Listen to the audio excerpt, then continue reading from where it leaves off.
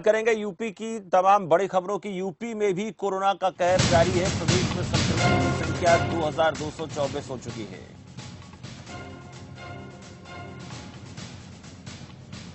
2224 मरीज संक्रमित हो चुके हैं यूपी में। 41 लोग इलाज के बाद ठीक हो चुके हैं। आगरा में सबसे ज्यादा संक्रमित मिले हैं। मेरठ में 3 कोरोना के और संक्रमित मिले हैं। फिरोजाबाद में आज कोरोना के 4 नए मामले मिले हैं। वाराणसी से भी 2 नए मामले सामने आए हैं। धर्मेंद्र कुमार हमारे संवाददाता है मेरठ से ताजा अपडेट लेंगे। धर्मेंद्र, मेरठ भी रेड जोन इलाका है, लगातार वहां से मामले सामने आ रहे हैं। फिलहाल जो स्थिति है वो क्या है?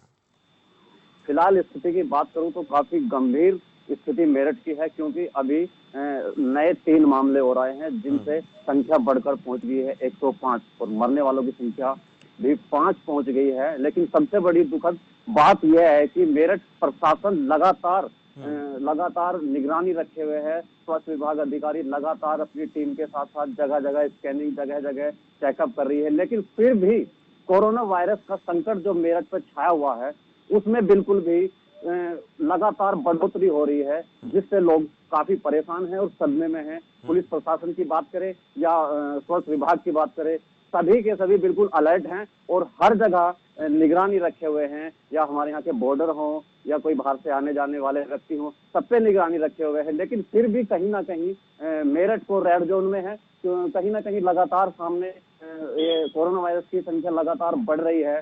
पिछले 2 दिन में कम से कम 5 लोगों की इसमें जो संख्या है वो बढ़ी है। जी सुनते धर्मेंद्र, सबसे ज्यादा जो मामले हैं उनके आने की वजह क्या है? क्यों ये मामले इतने सामने आ रहे हैं? क्या लोगों के घरों तक संक्रमण पहुंच रहा है? कुछ ऐसी भी हम देख चुके हैं कि बहुत सी जगहों से खबरें आ रही हैं कि लोग सब्जी लेकर घर जाते हैं, सब्जी वाले के संपर्क में आते हैं तो संक्रमित हो जाते हैं। तो अब इस वक्त जो है, पहले तो ये कहा जा रहा था कि एक जमात विशेष के लोगों के संक्रमण में आने से ये सब हो रहा है, लेकिन अब क्या जिसके चलते सब हो रहा है?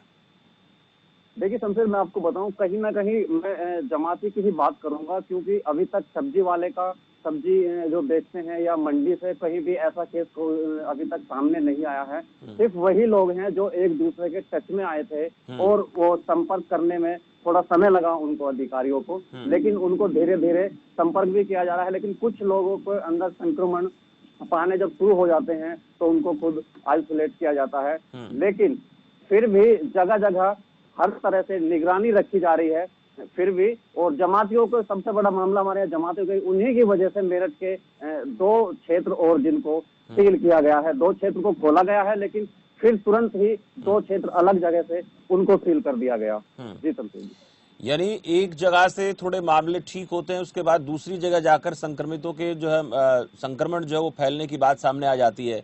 अब एक चुनौती और पैदा हो गई है। अगर रेड जोन किसी इलाके को घोषित कर दिया जाता है तो वहां पर जो आवागमन के साधन पूरी तरह से बंद कर दिए जाते हैं, दूसरे जिलों से, राज्यों से संपर्क काट दिया जाता है। मेरठ की जहां तक बात है तो कितना ज्यादा एहतियात बरती जा रही है, खासकर बॉर्डर के इलाकों में, और जहां जहां पर ज्यादा मात्रा में मरीज मिल रहे हैं उन इलाकों को किस प्रकार से जो है एक प्रकार से मैं कहूं कि ब्लॉक कर दिया गया है? जी बिल्कुल। अगर मैं बॉर्डर की बात कहूं तो बॉर्डर में जितने भी बाहर से वाहन आ रहे हैं या बाहर से व्यक्ति आ रहे हैं, सबको बॉर्डर पे ही उनको रोक लिया जाता है, उनकी डिटेल ली जाती है।